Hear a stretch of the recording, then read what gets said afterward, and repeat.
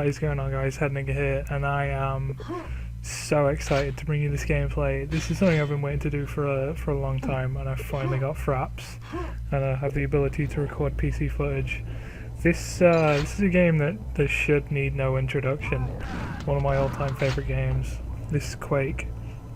To someone whose first experience of first-person games is Call of Duty 4, this is going to be completely alien, but to someone like me, you know, born at the start of the 90s, growing up playing video games, this is where it all began right here. This and Doom, you know, Doom and Quake is my bread and butter, really. This is where gaming started for me, and it's just one of those all-time revered classic games.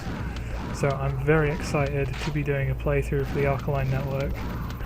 And yeah, this first episode is going to be more of a sort of standard gameplay commentary style because I'm not recording this live. But the second episode will be sort of standard Let's Play live commentary sort of style. But for this one, I'm just going to talk a little bit over this gameplay. You may have seen this on my channel already. I uploaded it as sort of a little test. Check fraps and make sure this will look good when it was rendered out. So it's got some colour correction on it and stuff. It's looking pretty good. But yeah, like I say, this is one of my all-time favourite games. It's an absolute classic, and you can trace pretty much any first-person game that's out today back to this. You know, Quake and its engine and the series and the engine has led to the birth of pretty much every blockbuster FPS title we played today. Half-Life, Counter-Strike, Team Fortress, Call of Duty, they all came from Quake and the Quake engine. So this is the Godfather, this is the Big Daddy, and if you haven't played this, or you know, this is before your time, then hopefully you can, you know, get in on the action and see what's going on, see what we did in the 90s, see where everything began. So there we go, that's the first level done and dusted. E1M1. Essentially the game is split up into 4 episodes, a lot like Doom. There's a lot of comparisons to this in Doom. This is essentially the spiritual successor to Doom. It's not really a sequel strictly, but the story is essentially identical. Scientists tampering with teleportation open up a gateway to an alternate dimension. Obviously in Doom they open up a gateway to hell. In this they open up a dimension called Quake, and this kind of ties in with Lovecraft mythos. There's sort of elder gods, and there's a big badass elder god called Shub-Niggurath who's trying to invade Earth through the teleportation wormholes that our scientists have opened. But obviously the story never really comes into it unless you look into it. This is just old school run and gun blastathon action.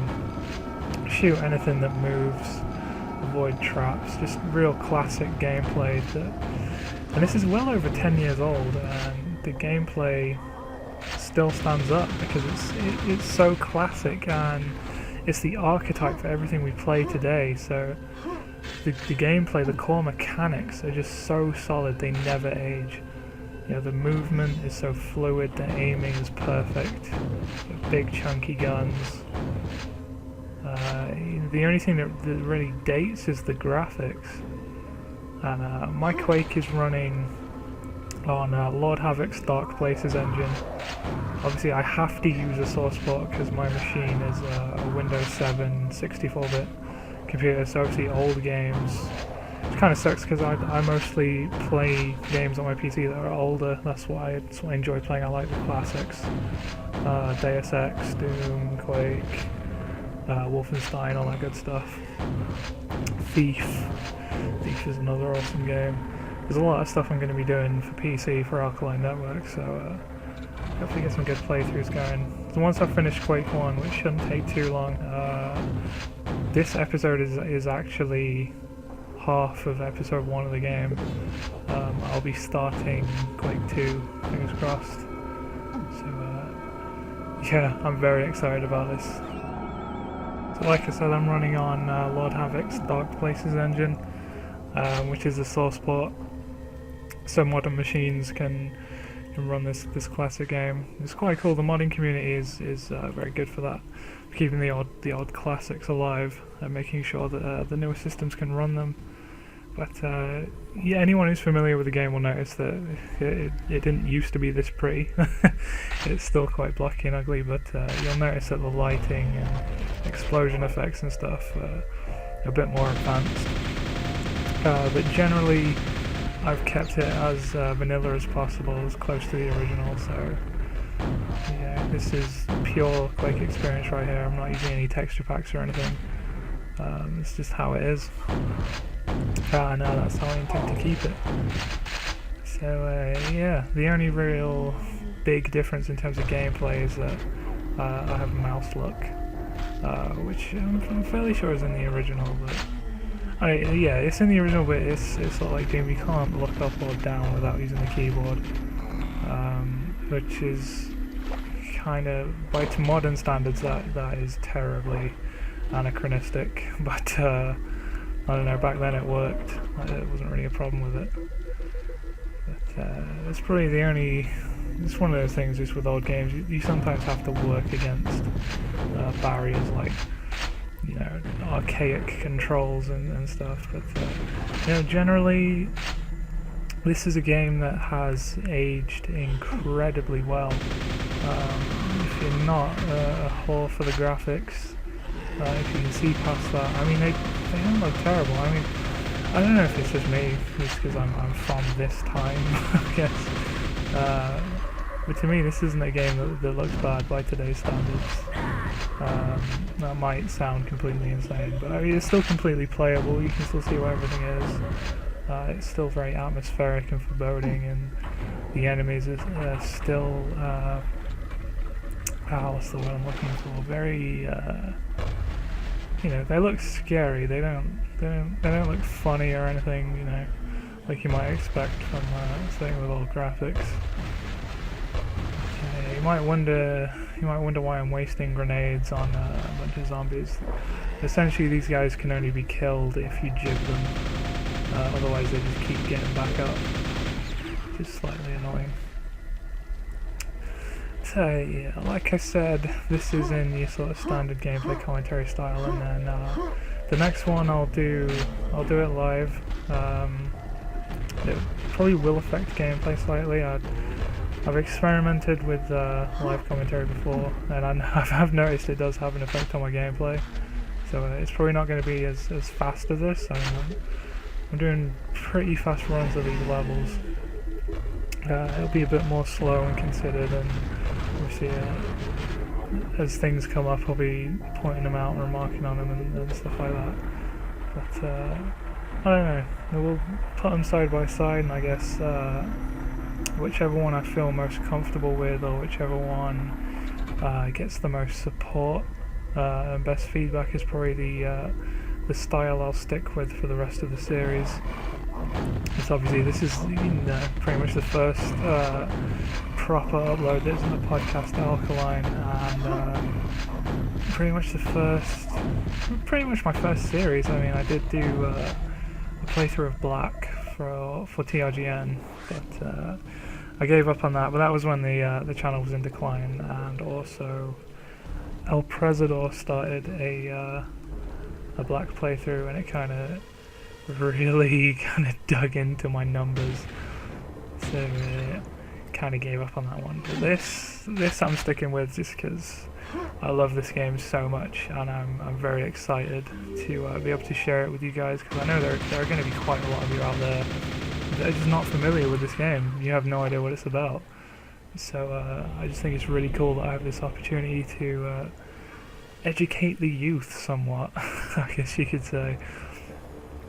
But yeah, I'll also be doing some stuff with Doom. Probably not full playthroughs, just because Doom is really long. I mean, Quake's pretty bloody long, but I can charge through it fairly quickly. It's long enough to make a series out of, but not too long that it's just ridiculous. Same for Quake 2. Quake 2's got a fairly good length. But yeah, Doom, I'll do some stuff for Doom, but I won't be doing complete playthroughs. But yeah, I have pretty much every shooter id Software has put out since Wolfenstein 3D, which essentially is all of them. So I was thinking about doing some sort of commentary, or maybe some sort of mini-series about id Software, their games, how they've gone on to create other games. The technology's continues to be used in titles like Counter-Strike, Team Fortress, Call of Duty. Hell, even Skyrim uses Quake technology these days. The new id Software engine, Tech 5, is being used to power Skyrim. So, you know, pretty much every first-person game can be traced back. It's really quite insane when you think about it, that one company could have such a huge impact. One small company at that. I mean, when they were making Wolf 3D, they were just a couple guys in a bedroom in Texas. So it's one of our industry's sort of success stories. Definitely something we should be proud of as consumers in this industry. So yeah, there's so many good things I could say about it. I'm such a fanboy as well. I'm crazy about Quake. But yeah, hopefully the next one will be a bit more, I guess relevant. I'm not sure. Not to say this is irrelevant, but yeah, the next one will be live, so hopefully be a bit less just sort of standard gameplay commentary-ish. But hopefully you've enjoyed this. I will just mention I'm taking the secret exit out of this map to get to Ziggurat Vertigo. Each episode has a secret level. This so far is the only one I've actually found on my own. But so yeah, the next one will start with episode 1 secret mission. So I hope you've enjoyed this. Please leave some feedback, and as ever, thanks for watching.